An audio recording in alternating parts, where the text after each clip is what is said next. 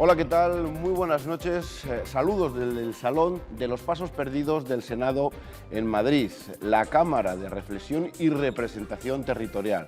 Un lugar que tendrá mucho que decir esta legislatura, haya o no elecciones generales, aunque este no es el motivo principal por el que nos encontramos aquí. Esta semana se cumplen 15 años del debate de investidura de Juan Vicente Herrera. Hace 15 años que gobierna esta comunidad y nadie mejor que otros 3 presidentes de esta comunidad, expresidentes, para hablarnos y para hacer una gestión de lo que han sido estos 15 años, el antes y el después de Castilla y León.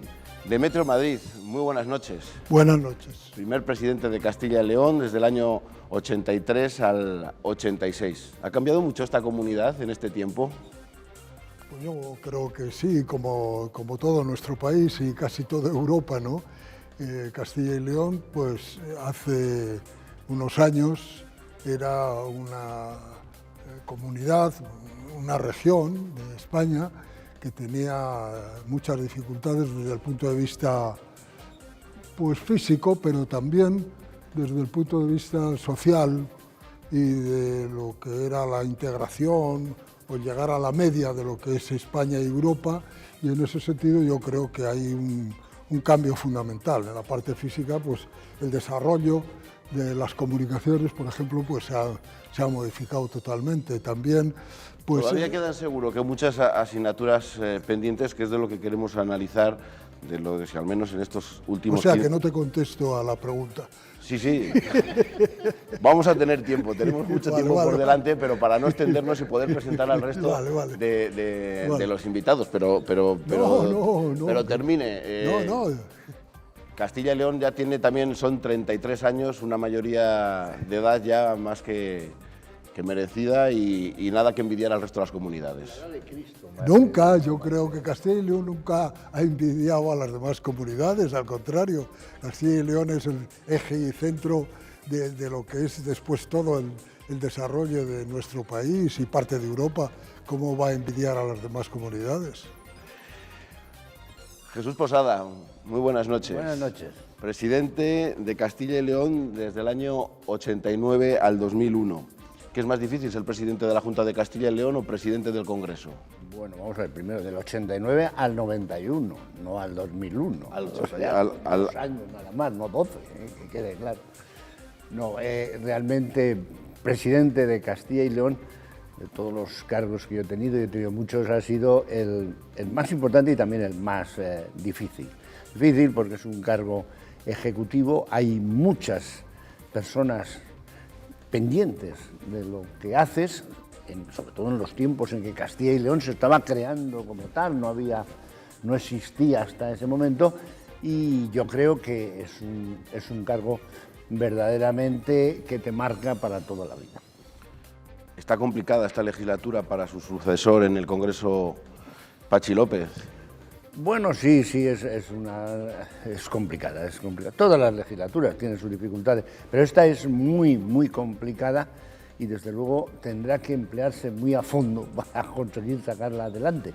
Pero así es la política, es lo que han elegido los ciudadanos y es con lo que tenemos que tratar. ¿Hasta ahora lo ha hecho bien el presidente? Yo le veo con ecuanimidad, que es lo más importante para ser presidente, queriendo acertar, acertando en la mayoría de los casos, y si hay algún fallo, pues son los fallos de comienzo, de empezar a hablar. Pero a mí me parece que está intentando, sobre todo, que haya ecuanimidad, que es lo esencial para un presidente. Quien sí ha sido presidente, en este caso del 91 al 2001, es Juan José Lucas. Muy buenas noches. Muy buenas noches. Yo coincido en lo que dice Jesús y Demetrio, ¿no? Es que en la comunidad autónoma, incluso Patxi López también se enriquece su condición de presidente del Congreso por haber sido presidente de una comunidad. Nos olvidamos que es un elemento de riqueza política que hace, que facilite su labor como presidente del Congreso, ¿no? Pero no venimos a hablar ahora de Patxi López, sino venimos a hablar de Castilla y León, ¿no? De Castilla y León y de Juan Vicente Herrera. Ellos han estado 3 años y 3 años. Usted ha estado 10. Siempre se critica esto de que un presidente esté mucho tiempo en el mandato. ¿Se pierde la perspectiva de la realidad o se tiene una idea mucho más concreta de los problemas? Hay un punto intermedio que es el equilibrio. A mí 2 legislaturas me parece como quiere ahora hacer el gobierno de Castilla y León, un periodo prudente. Una es poco, y como los presidentes americanos, ¿no? 2 legislaturas es un tiempo prudencial. Pero el presidente de la Junta tiene un hándicap respecto a cualquier otra responsabilidad política, y es que en el despacho del presidente se produce lo que yo llamo el efecto chimenea. ¿Qué es eso? El efecto chimenea significa que todo lo que no se soluciona por parte de los consejeros, da igual que sea un accidente grave, un incendio, cualquier crisis medioambiental o económica que ocurra en la comunidad, al final todo acaba en el despacho del presidente. Bueno, es un auténtico lujo estar hoy aquí en el Senado, estar en este lugar, y es un lujo los 3 invitados que nos acompañan. Queramos o no, son parte de la historia de Castilla y León, y nadie mejor que ellos para hacer un balance de estos 15 años. Vamos a recordarles lo que sucedió en ese debate de investidura ya en el año 2001. Solicitar la confianza de estas Cortes de Castilla y León. Era miércoles 14 de marzo de 2001. Tras 6 años como portavoz del Grupo Parlamentario Popular, Juan Vicente Herrera se subía a esta tribuna como candidato a la presidencia de la Junta. Es un gran honor y una enorme responsabilidad comparecer esta mañana. Tras agradecer la gestión de quien le había precedido, Juan José Lucas invitó a los grupos a dialogar. Pienso en Castilla y León buscando los amplios horizontes del año 2010. Herrera marcó como prioridades las políticas de población y de empleo. La economía de la comunidad llevaba 6 años creciendo por encima de la media nacional y de la europea, y estaban a punto de llegar las competencias sanitarias. El discurso del candidato Herrera lo recogía: 76 minutos de intervención que los grupos de la Cámara, empezando por el PSOE, replicaron al día siguiente. Su intervención de ayer, su programa de gobierno, muy pobre. Se trata de un proyecto que desde una posición de centro convoca a todas las voluntades. No sé si será consciente el señor candidato de la enorme carga crítica que ha tenido su discurso sobre lo realizado por su predecesor. Desde luego lo que le puedo decir es que no soy sumiso. Mordaces fueron las críticas a la idoneidad de su candidatura. Porque usted, a pesar de ser un gran desconocido para Castilla y León... Yo creo que somos desconocidos casi todos, ¿no? Y a la provisionalidad de su gobierno. Yo no le digo que sea interino, yo simplemente le digo que es usted una solución de compromiso. Atento a su portavoz estaba quien ya era nuevo líder del PSOE. ¿Usted se compromete a que, independientemente de la reforma del reglamento, va a realizar un debate sobre el estado de la región con carácter anual? Yo asumo el compromiso, a partir del primer pleno de las Cortes de Castilla y León, de contestar a una pregunta de cada uno de los portavoces de los grupos parlamentarios. Y así ha sido desde entonces. Este debate abrió también paso al consenso en financiación autonómica. No hurten a esta Cámara ese debate. Se habló del futuro de las cajas. Vamos a estudiar cuáles han sido las fórmulas en otras comunidades autónomas. De León. Va usted a reconocer públicamente y decentemente que esta es una autonomía compuesta por 2 regiones. Y se mantuvo un tono constructivo que el candidato agradeció. ¿Va usted a aceptar mi invitación de ir a Villalar? El jueves 15 de marzo de 2001, a las 3 menos 20 de la tarde. Votos emitidos 83. Favorables a la propuesta 48. Herrera se convirtió en el 6º presidente de Castilla y León, con los votos del PP y la abstención de Tierra Comunera. Qué tiempos y qué jóvenes. Herrera al breve. ¿Por qué Juan Vicente Herrera? En aquel momento había 2 vicepresidentes, José Manuel Fernández Santiago y Tomás Villanueva, y se decide apostar por un portavoz desconocido, como decía, eran desconocidos todos en Castilla y León, pero desconocido. Bueno, el portavoz de un grupo parlamentario es una persona importante, es decir, tiene un relieve político básico en el sistema parlamentario. Por consiguiente, Juan Vicente Herrera era no un desconocido, había sido secretario general de la Consejería de Economía y, aparte de eso, había hecho una gran labor como portavoz. ¿Por qué se decidió en Juan Vicente Herrera? Pues yo creo que fue un acierto, Había su legítima lucha política de unos y de otros. Yo recuerdo que Aznar no le conocía mucho porque no había trabajado con él. Y a mí, cuando me pregunta quién se va a quedar en Castilla y León y yo le sugiero que se quede Juan Vicente Herrera, él solo me pregunta una cosa. Dice, ¿es persona de tu confianza? Yo le dije que sí. Y dijo, bueno, pues habla con el presidente del comité electoral, que en aquel momento era Arenas y que haga una propuesta de este. Así fue. O sea, todo lo demás es lírica, pero eso se resolvió así. ¿A ustedes les sorprendió el nombre de Juan Vicente Herrera? Pues no, porque como muy bien acaba de decir el presidente Lucas, el portavoz de un grupo importante, y el PP Castilla y León lo es, pues tiene más relieve que muchos consejeros y que incluso los vicepresidentes, porque claro, es que quien lleva todo el debate, el que hace una defensa democrática de la gestión del gobierno y el que está al quite de todos los asuntos que pueden ocurrir y que desde la posición del Ejecutivo tiene unas limitaciones y en cambio desde el punto de vista parlamentario tiene una capacidad de explicación pública y por lo tanto yo creo que es una condición casi natural.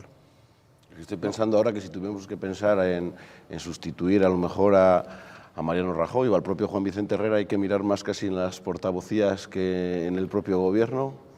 Hombre, no, cada caso es distinto, pero sí es cierto que muchos de los que ahora, pues la opinión pública o los medios dan posibles sucesores, siempre hay posibles sucesores, han sido portavoces, porque portavoz tiene un gran predicamento hacia la gente. Yo desde luego recuerdo ese momento, porque yo era en aquel momento ministro de Administraciones Públicas y a mí no me sorprendió.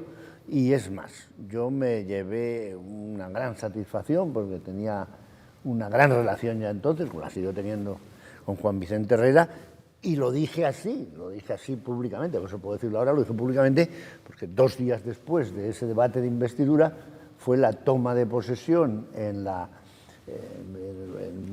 el Monasterio del Prado y yo, como presidente, como ministro de Administraciones Públicas, pues fui el representante del gobierno, con el presidente saliente y con el presidente entrante. Hemos escuchado muchas cosas en ese vídeo. Algunos problemas que existían en el año 2001 continúan. El paro, la economía son dientes de sierra, en el que se ha estado a punto del pleno empleo y también con unas cifras desorbitadas.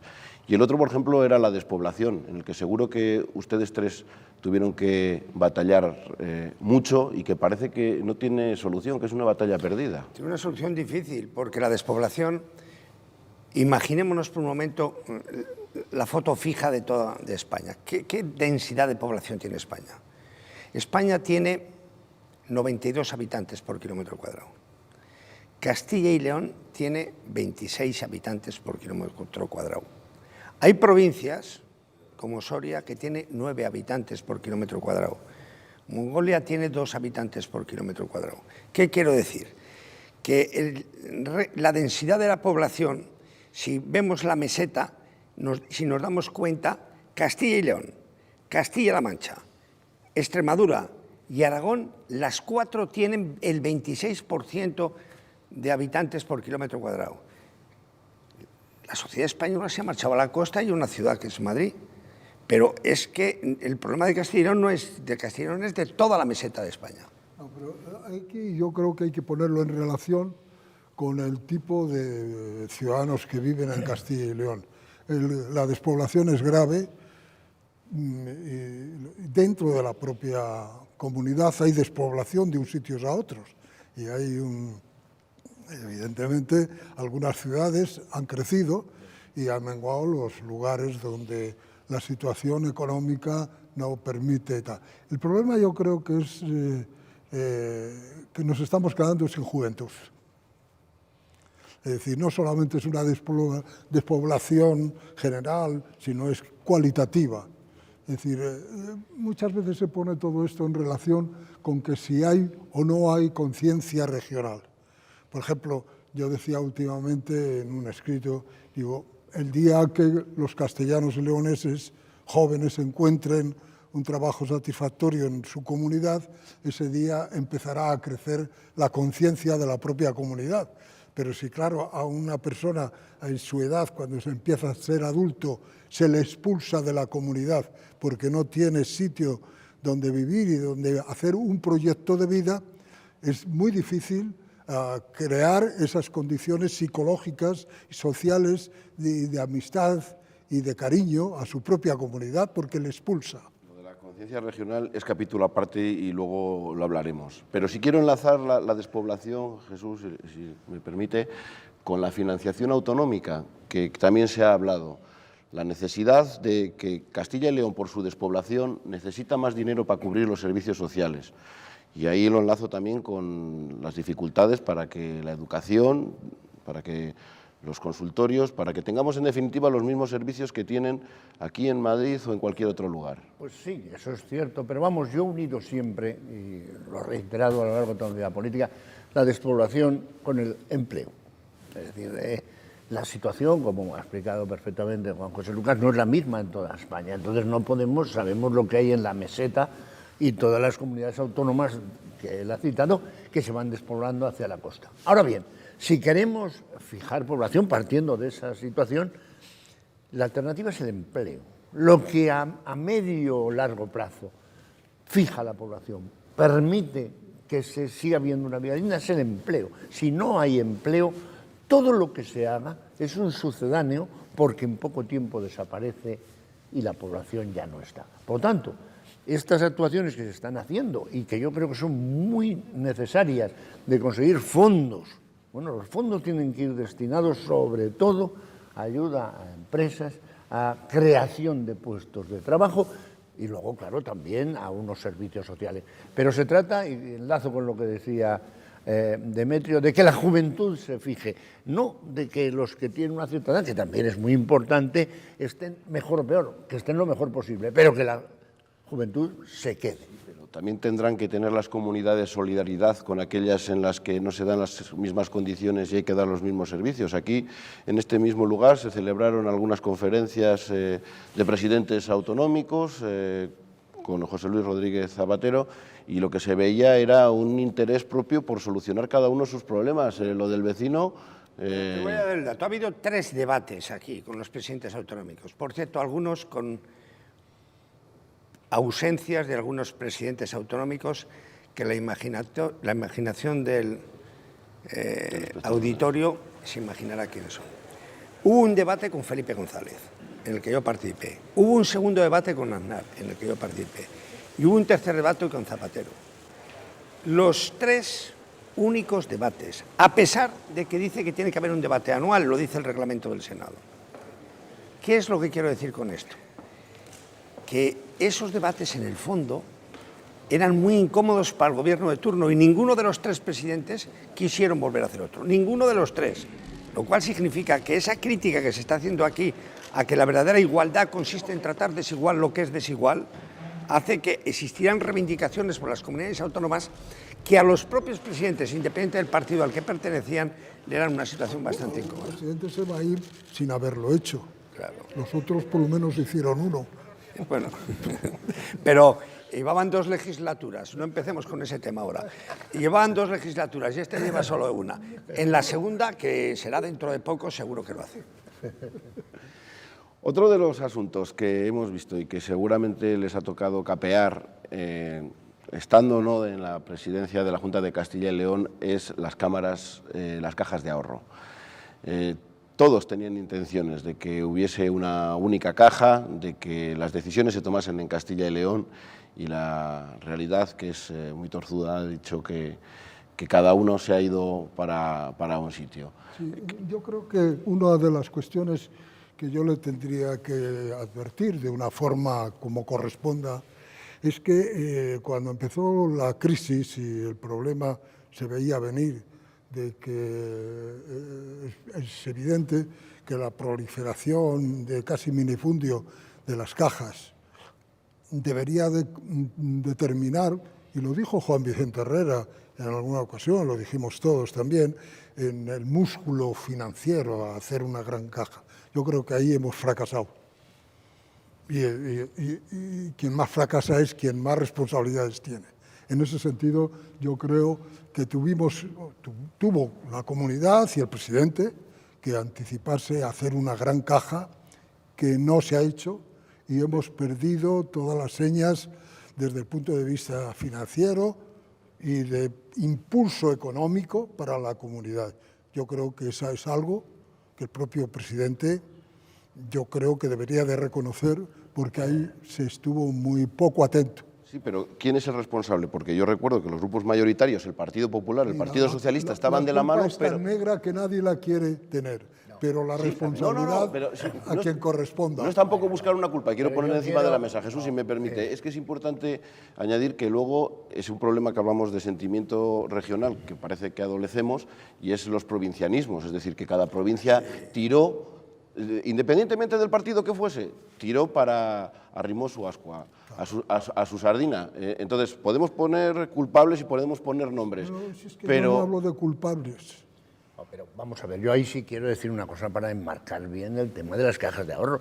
El tema de las cajas de ahorro, que ha sido un fracaso, en efecto, nacional, ha fracasado en todas las comunidades autónomas. Ha sido el fracaso de la... ¿Por qué se dibujaron así las cajas con esos rectores de las cajas que luego no han sabido hacerlo? Pero las de todas las comunidades. En Castilla y León, donde las cajas eran muy importantes, hubo ese impulso que tuvo sus dificultades en las provincias, pero un impulso firme para hacer ese músculo financiero. ¿Qué pasó? Que cuando se hizo ese músculo financiero, se estaba pergeñando, la crisis de las cajas acabó con todo. Por lo tanto, yo creo que hay una responsabilidad, sí, de todos los políticos en general, pero no diría yo que en Castilla y León hay una responsabilidad especial por el tema de cajas de ahorro. Ha sido un tema, pues no sé, de Galicia, de Andalucía, de Valencia. Estaban firmadas 6 cajas y al final cada una... Ha sido un fracaso general. Pero por los hechos lo conoceréis. Si al final terminan en Bankia una parte de las cajas, que va a un sitio, otra parte en Andalucía, que ahí se respetan, y en Cataluña una parte sí se salva, y en el País Vasco, incluso en Galicia, en Castilla y León es un desierto. Yo no estoy de acuerdo con lo que se ha producido con las cajas de ahorro, y desde luego a mí me ha dolido mucho que nuestro ahorro, que era nuestra esperanza para el desarrollo de la comunidad, haya pasado a mejor fin, ¿no? Pero voy a decir una cosa, las cajas de ahorro han sido objeto de crítica porque parecía que la dirigían los políticos. Yo he tenido, no voy a citar nombres, he convivido con excelentes directores generales de cajas de ahorro, excelentes. No voy a citarles, pero están en ánimo de todo, y lo saben muy bien porque tuvimos contactos con el Grupo Socialista, con un socialista especialmente querido para mí, como es Jesús Quijano, y con algún director general o presidente de alguna caja, buscando esa fusión futura. Y se critica, los políticos se han aprovechado de las cajas de ahorro. Yo jamás he descolgado el teléfono para pedir nada a ningún presidente de ninguna caja de ahorro de las 6 o 7 que había en Castilla y León. Pero aquí los responsables, en gran parte, han sido algunos de los dirigentes de los consejos de administración de las cajas de ahorro, que resulta que a la vez recibían préstamos de la propia institución. Me paro ahí. Lo que quiero decir... Las cajas estaban politizadas. Eso no, pero el político no se aprovechaba de las cajas. Es mentira. El político es verdad que formaba parte de un consejo de administración y al final cobraba una dieta. Pero no conozco en Castilla y León ningún político que haya recibido, pues no sé, 20 millones de euros de préstamo. No lo conozco.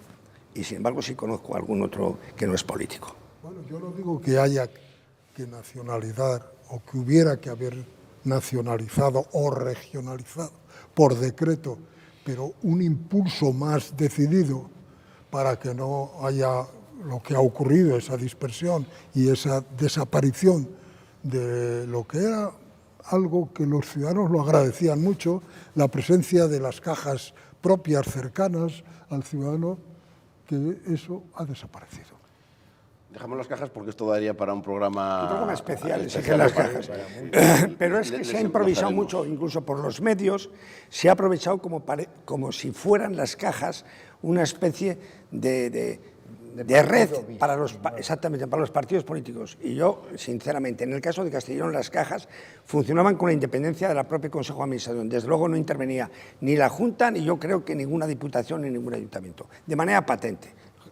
influían otras cuestiones que no es momento ahora, sino en un programa especial. Yo creo que había que hablar de las cajas. Volveremos sobre ello. Juan Vicente Herrera fue a Villalar, lo pusieron encima de la mano José Francisco Martín, y hasta entonces había habido pues una carencia de que los presidentes estuviesen allí. Hablo de ustedes dos en concreto y de José María Aznar. Lo primero, ¿por qué? Porque alguien que sea de fuera, el que sea de Castilla y León, entiende lo que era Villalar, lo complicado que era y las revueltas que había, los problemas que había en la campa de Villalar. Pero quien sea de Extremadura no entendería que el presidente de la Junta no fuese a la fiesta de la comunidad, a la fiesta popular. ¿Por qué? Que ahí rompió una lanza Juan Vicente Herrera y se presentó. Porque yo estuve justo en el momento, digamos, de la transición, ¿no? Porque antes estuvieron tanto Demetrio Madrid como Nalda, que fueron a Villalar. Aznar no fue a Villalar, pero en ningún caso. Y yo consideré, que sustituía a Aznar en 89-91, que había que normalizar esa situación y que no podía ser que Villalar y lo que representaba pues estuviera al margen de lo que hacía la presidencia de la Junta. Entonces, bien, estas son las cosas que a veces no se puede dar un giro total, como luego lo dio ya Juan José Lucas y Juan Vicente Herrera. Yo no pude dar de asistir a la fiesta, pero hice algo que entonces, ahora está olvidado, pero entonces tuvo mucha repercusión. Fue una visita oficial como presidente de la Junta a Villalar, al monumento de los comuneros, pero no el 23 de abril, sino otro día. Entonces, bueno, tuvo una polémica porque había gente, y es lógico, ¿no?, opiniones dentro del propio Partido Popular que no eran nada partidarios de ello. Pero yo hice ese proceso que se continuó después, ¿no? Yo he ido a Villalar, pero antes de ser presidente de la Junta, ¿no? Y quiero decir que la fiesta es libertad. La fiesta es libertad. El presidente de la Junta sí celebraba el Día de la Comunidad. Lo que pasa es que lo celebraba de manera itinerante, que no es mal proyecto ese, para que todos se sintieran copartícipes de la fiesta. Y esto que tenía por parte de la oposición una gran crítica por la ausencia de Villalar, hay que decir que Villalar tiene también un elemento que incluso perturbó, lo sabe bien Demetrio Madrid, al propio presidente del Senado, del Congreso, ¿no?, como fue la visita que se hizo a Villalar un 23 de abril. Yo creo que eso se ha normalizado. Juan Vicente Herrera ha entrado en una fase de normalización y ya no es noticia que vaya o no vaya el presidente. Pero esto, a mí, para los que queremos Castilla y León, siendo importantísimo, porque es una parte nuestra, los comuneros, yo creo que hay problemas más importantes que el presidente asista o no a la fiesta de Villalar. Demetrio, que parece una fiesta de la izquierda. Los que han normalizado Villalar son los ciudadanos, que desde el año que fuimos perseguidos, por entonces, en el año 74, 75, han seguido asistiendo y asistiendo y han hecho y han obligado, con poco entusiasmo por mis compañeros y por Aznar ninguno, y después Juan Vicente Herrera va un rato por la mañana y sale corriendo. Pero es que se hizo otra cosa muy grave, y es que se estableció que al mismo tiempo que estaban los ciudadanos, los trabajadores, la gente sencilla en Villalar, en la campa del Villalar, Aznar puso la entrega de los premios de Castilla y León. Entonces, claro, aquello era como una especie de división profunda que se ha ido restañando porque la gente es buena gente y al final cada uno ha ido haciendo el papel que ha considerado que es oportuno. Pero yo creo que Villalar, que es no solamente un reclamo o un aspecto histórico importantísimo, no solamente para Castilla y León, sino para España y yo diría para Europa, pues claro, celebrar ese acontecimiento me parece de una importancia fundamental, donde por otro lado todas las comunidades autónomas tienen su día que se lo han tenido que inventar y que nosotros, por suerte, lo teníamos ahí. Fíjense en lo que da de sí el primer debate de investidura de Juan Vicente Herrera. Vamos a recordar otros de los asuntos que sucedieron. Vamos a hacer un recorrido por esos 15 años, la gestión de Juan Vicente Herrera en Castilla y León como presidente. Diálogo, autonomismo y servicios esenciales. La carrera política de Juan Vicente Herrera no puede escribirse sin estas 4 palabras. El presidente lo aplicó desde el minuto 1. Acuerdo a 3, Junta, patronal y sindicatos, el 9 de noviembre de 2001. Fructífera relación que no se ha resquebrajado nunca. Creo que esta comunidad sería impensable sin ese modelo de diálogo social. Aquí no es una foto, aquí cada acuerdo de diálogo social lleva detrás partidas presupuestarias y lleva un seguimiento para ver si se está cumpliendo perfectamente. Diálogo social y diálogo político, aunque su holgada mayoría absoluta le hubiese permitido hasta el año pasado prescindir de él. Diálogo para sacar adelante asuntos de comunidad, para hacer la vida más fácil en colaboración con las comunidades fronterizas, y diálogo con el Gobierno central, al que también ha criticado sin ambajes cuando ha tomado decisiones que perjudicaban a la comunidad. El Ministerio de Hacienda ha mentido, y ha mentido de forma absolutamente descarada. Herrera es por encima de todo un convencido del Estado de las autonomías y de su utilidad desde la cercanía. Un Estado autonómico que tiene en las competencias de sanidad, educación y servicios sociales su razón de ser. Bandera hace de los 3.600 consultorios por todo el territorio, o de las escuelas con 4 alumnos. Hay que luchar por mantenerla, porque el día que nos obliguen a cerrar eso, yo por lo menos no tendré mucho sentido aquí, ¿no? En el debe se han quedado ambiciosos proyectos como la Ciudad del Medio Ambiente, fracaso también en la pretensión de unificar las cajas. Son algunas de las pinceladas de década y media de gobierno al frente de la Junta y del Partido Popular. En el partido puede ser más reivindicativo, como presidente de la Junta de Castilla y León puede tener un papel más institucional, pero sobre todo lo que destacaría es su faceta personal, humana y sensible de los temas sociales y de los problemas concretos de las mujeres y de los hombres de Castilla y León. Llegó a la política con 36 años, cuando se vaya habrá cumplido 63 y aquel portavoz, abogado de Burgos, habrá guiado la comunidad 19 años, a pesar del apodo de Herrera el Breve que algunos le dedicaron nada más llegar. Bueno, se pueden decir muchas cosas de Juan Vicente Herrera. Ha tenido muchas mayorías absolutas. Siempre ha buscado el consenso. El diálogo social es el ADN de su gobierno. Cuando no tenían necesidad y ahora que a lo mejor en este gobierno, en esta legislatura, lo necesita. Es quizás lo más destacado, se le puede destacar a Juan Vicente Herrera, esa búsqueda de que todos los agentes sociales y los partidos políticos en los grandes temas estén de acuerdo. Hombre, yo eso lo destaco mucho, porque comparado con otras comunidades autónomas, incluso con el gobierno de la nación, es algo que distingue a Castilla y León en esta etapa larga, ¿no?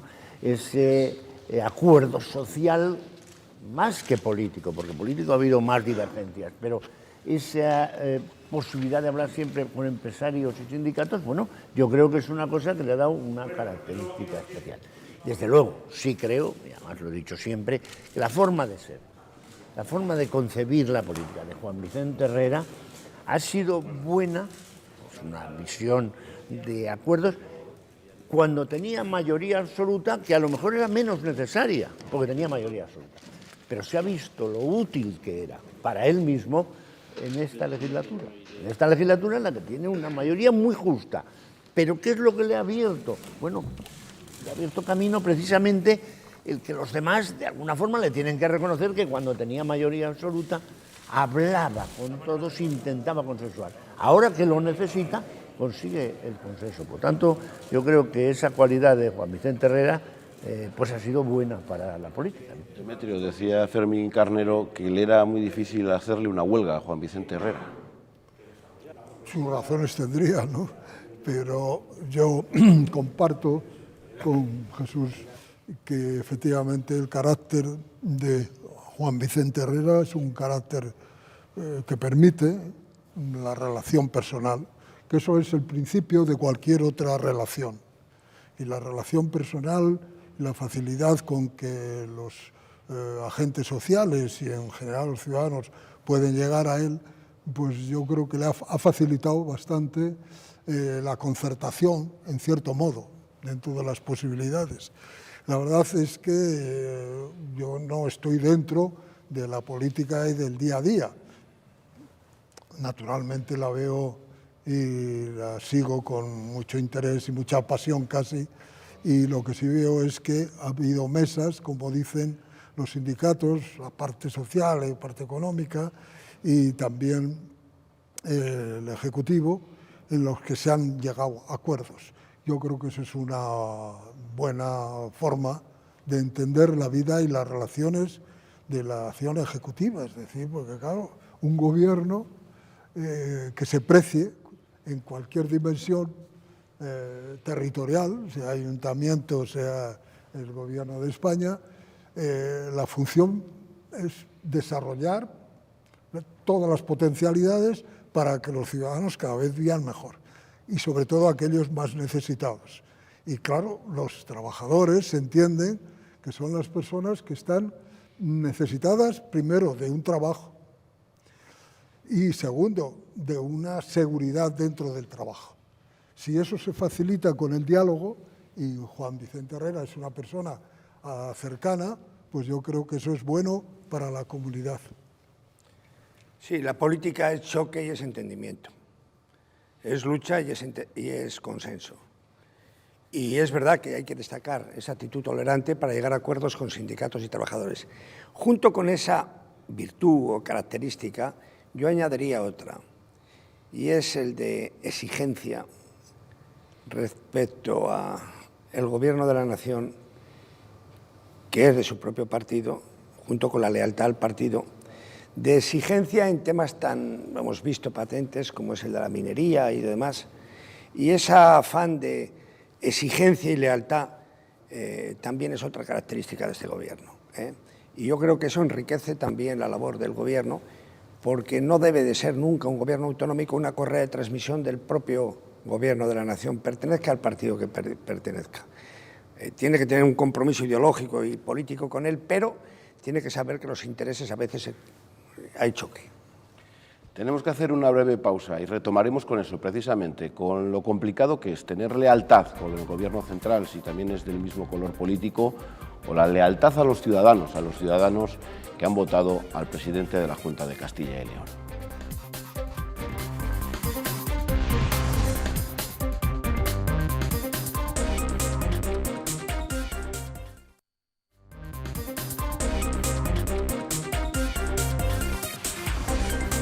Saludos de nuevo, seguimos en el Salón de los Pasos Perdidos del Senado analizando esos 15 años de Juan Vicente Herrera y hacíamos un punto y seguido porque estábamos hablando de lo complicado que es ser leal a los ciudadanos y también ser leal al Gobierno central en temas tan espinosos, poníamos de ejemplo antes como es el propio carbón. Sí, yo ahí tengo que decir que yo lo tuve más fácil, porque claro, en ese aspecto político, yo era presidente de Castilla y León y en Madrid, en el Gobierno de la Nación, estaba Felipe González. Yo tuve excelentes relaciones, tengo que decir, y colaboramos, pero claro, no tuve ningún problema en disentir de lo que nacionalmente se planteaba en los temas en que tenía que disentir. Al revés, me causaba algo más de problema que algunas veces estaba de acuerdo con lo que se hacía desde el Gobierno nacional, pero disentir era una forma de realizarme políticamente. Este problema lo tienen cuando coinciden el Gobierno de la Nación con el Gobierno de la Comunidad. Y yo, sí, como ha dicho Juan José Lucas, creo clarísimamente que el que es presidente de una comunidad autónoma tiene que dejar muy claro a los ciudadanos cuál es su ideología. No se puede engañar y saber en nombre de qué partido estás gobernando. Ahora bien, tú te debes sobre todo a la comunidad autónoma que estás representando, en este caso a Castilla y León. Y por tanto, si en algún momento tienes que opinar contra el Gobierno de la Nación, pues no te queda más remedio que hacerlo y debes hacerlo. Muchos han sido los conflictos. A mí me parece que el elemento fundamental del Estado moderno, de las sociedades modernas, compuestas, complicadas un poco también, administrativa y políticamente como es España, hay un referente que debemos de respetar siempre. Por ejemplo, a mí me gusta mucho el sistema alemán de la lealtad constitucional. Es decir, cada uno debe de responder a sus funciones para las que ha sido elegido y al mismo tiempo tiene que ser pues leal con el conjunto del país en el que está, como pasa en Alemania, y donde por eso el Senado, el Bundesrat en alemán, cumple un papel fundamental, sin el cual esto no podrá funcionar hasta que esto no se haga. Punto uno. Punto dos, a mí me tocó con el presidente González también, y no estuvimos de acuerdo nunca. Estuvimos discrepando siempre y peleándonos, porque me tocó el tiempo de las transferencias. Y el tiempo de las transferencias, es decir, transferir unas competencias, unos funcionarios, unos edificios, todos los medios materiales para la comunidad, era estar peleándonos constantemente con todos los ministerios que había que transferir. Y a veces tuvimos que tener algunas reuniones de tú a tú, el presidente González y yo, para calmar un poco ese sentido centralista que tienen todos los ministros de España, como es su obligación, por otro lado. Entonces, claro, desprenderse de esas condiciones económicas, presupuestarias, en definitiva, pues fue tremendo. Yo pocas veces estuve de acuerdo con el gobierno de Felipe González. José, por llevarlo a Juan Vicente Herrera, que es de lo que estamos hablando, de estos 15 años, ¿ha defendido constantemente los intereses de Castilla y León, a pesar de las dificultades? Es que le ha tocado vivir también momentos duros, difíciles, a nivel nacional y a nivel autonómico, económicamente hablando. Pero yo creo que lo ha hecho con pasión y ha defendido los intereses sobre todo, del mundo minero, de la automoción y de la agroindustria, yo creo que de una manera especial. Hablo de 3 sectores claves para nosotros, que es la automoción, el mundo de la industria y, naturalmente, la agroalimentación, incluyendo ahí el apoyo a un pilar fundamental en nuestra comunidad que se llama agricultura y ganadería, el sector primario. Corren nuevos tiempos, se habla de recentralizar, de volver a recuperar competencias, porque parece que no llega el dinero, no se está haciendo lo suficientemente bien. ¿Qué opinan de los nuevos partidos, sobre todo, que han entrado muy fuerte y pidiendo unos cambios muy importantes, algunos que afectan terriblemente a Castilla y León, como es la petición de que desaparezcan las diputaciones en Castilla y León y en el resto de España? Yo lo que creo es que hay que hacer una nueva ordenación de competencias. No puede ser que 3 comunidades estén haciendo lo mismo. Yo creo que hay que disciplinar y hay unos criterios de eficiencia que obligan a que se defina con claridad. Ha hablado de Metro Madrid. ¿No deberían de cerrarse entonces las diputaciones? No, yo lo que digo es que no podemos hacer todos lo mismo. No puede haber un acto cultural, un domingo o un día normal, sobre música clásica y a 15 metros otro, uno organizado por la Junta, otro por el Ayuntamiento, otro por la Diputación. Eso hay que poner orden, porque yo creo que definir competencias es un criterio de ahorro fundamental para... Ayer se vio aquí en el Senado el tema de las diputaciones y yo sí creo que no podemos seguir con un malgastar recursos públicos de la manera que se está haciendo. Bueno, yo desde luego tengo una opinión clara de que las diputaciones son necesarias. También tengo otra opinión clara porque he sido ministro de Administraciones Públicas y recuerdo que diputación, excluyendo ya las diputaciones forales y las de las islas, no tiene el mismo significado, ni la misma fuerza, ni el mismo peso, ni remotamente en las distintas comunidades autónomas. Entonces, yo, por ejemplo, creo que en Castilla y León sí hay que hacer, como dice muy bien Juan Colúcar, un reparto claro de competencias, porque no todos deben hacer lo mismo, pero las diputaciones son necesarias. Quizás, lo digo, por ejemplo, en Valencia, la Comunidad de Valencia, por poner un ejemplo, pues a lo mejor su necesidad es mucho menor porque la forma de los municipios, la forma de relacionarse es distinta. Por lo tanto, lo que sí creo que es muy importante es entrar a fondo en ese tema muy complicado de repartir bien las competencias, porque hacer todos lo mismo, sí, ciertamente es un despilfarro. Bueno, este es un debate que viene desde 1843, desde que se fundaron, y que se volvió a repetir cuando hicimos el Estatuto de Autonomía, en el cual yo fui ponente en la Comisión Constitucional, y entonces Manuel Fraga y Martín Villa querían para Castilla y León una mancomunidad de diputaciones. Claro, aquello fue tremendo, ¿no? Menos mal que hubo un cambio con las elecciones del 82 y empezamos a tener mayoría y sacamos un estatuto aseado. Y las diputaciones se le dio un papel de actuación, de coordinación, de ayuntamientos que no tenían esas necesidades, que no cubrían, por mucho que diga la Constitución, que los ayuntamientos tienen autonomía propia. Si no hay autonomía financiera, no hay autonomía. Entonces, nosotros lo que pensábamos era que las diputaciones deberían de establecerse como las delegaciones territoriales de la Junta de Castilla y León. Es decir, que los funcionarios, que los trabajadores, que lo que están haciendo las diputaciones continúe.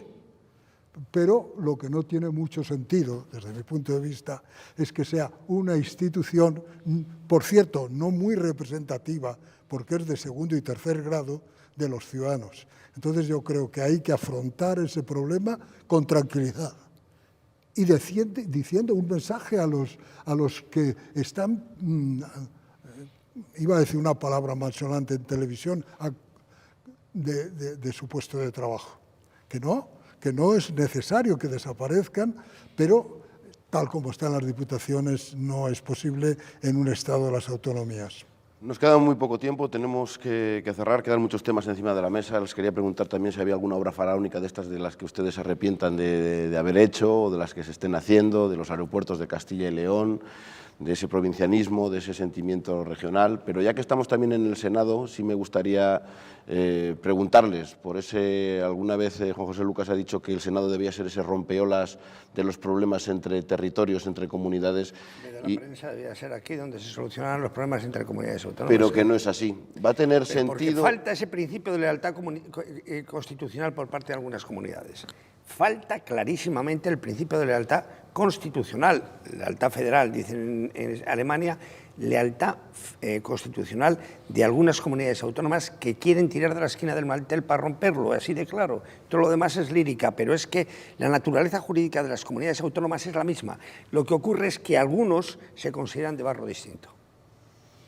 Sí, no, yo coincido en eso. Es ahora mismo la reforma del Senado para que fuera representativa de verdadera Cámara Territorial es algo muy necesario, pero el problema, claro, el problema que tenemos sobre la mesa no es tanto que sean representativos como que hay unas representativos del Estado, sino que hay algunas comunidades, hay movimientos políticos que quieren que no haya Estado. Claro, mientras no resolvamos eso no hemos resuelto nada, ¿no?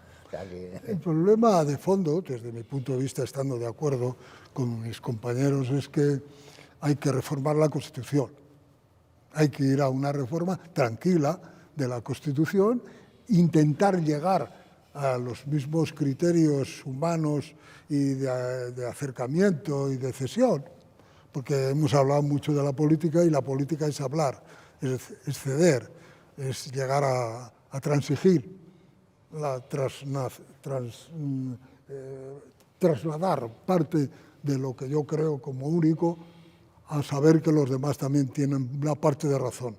Y ahí hay que meter, porque el título octavo de la Constitución, que era cómo se creaban las comunidades autónomas, ya no tiene sentido ni que esté en la Constitución. El 43, el 51, todo eso ha desaparecido. Muchísimas gracias a los tres por estar esta noche aquí. Ha sido muy interesante, hemos aprendido mucho. Sois parte de la historia de Castilla y León y seguro que les emplazaremos a nuevos encuentros en Castilla y León Televisión. Muchísimas gracias. Gracias a ustedes. A usted. A vosotros. Y a ustedes también, gracias por estar con nosotros. La próxima semana descansamos, no descansamos porque queramos descansar, sino porque es la Semana Santa y queremos dejar un hueco a la programación para contarles todo lo que sucede en las Semanas Santas de interés turístico nacional, internacional o también regional de esta comunidad. Hasta entonces, descansen y disfruten si tienen vacaciones.